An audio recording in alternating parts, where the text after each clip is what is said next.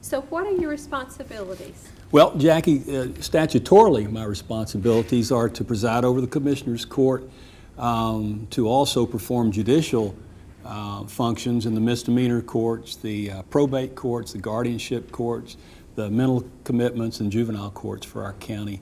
Also act as the county's budget officer and act as the county's emergency management director. Now, non-statutorily but willingly, I take on economic and community development functions as well, and work very closely with our economic development director and community development directors on those initiatives. And what are the challenges you're focusing on right now? A big one for me is always education funding. I'm one that believes education, much as is healthcare, is one of the fundamental requirements for successful jurisdiction, whether it's a county, whether it's a state, whether it's a nation. I believe that good education and well-educated citizens are tantamount in being successful. I can tell you also that I'm in the midst of promulgating my legislative agenda for the 82nd legislature, and rural health care provision and funding is right there, one or two, depending on how the final draft comes out. That's one of those things that is entirely necessary for our county and our region to move ahead and be successful long term.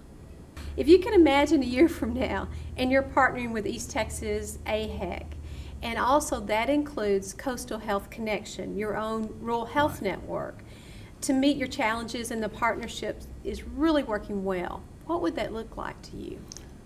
It would look like we're succeeding in doing what exactly I set out to do when I ran for office, and that is to build the best rural county in this state.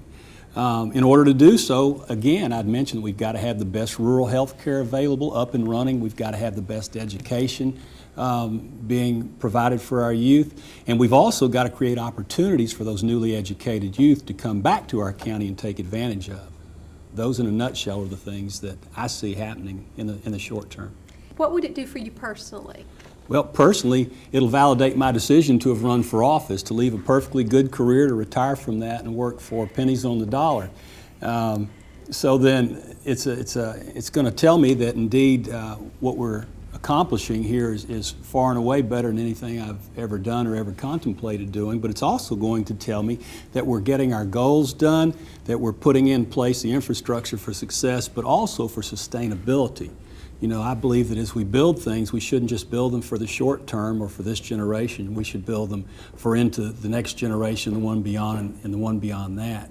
And once we've done that, with education and rural health care as the centerpieces and the underpinnings for that, we'll have been successful. And personally, that's very gratifying for me. Thank you, Nate. It's great.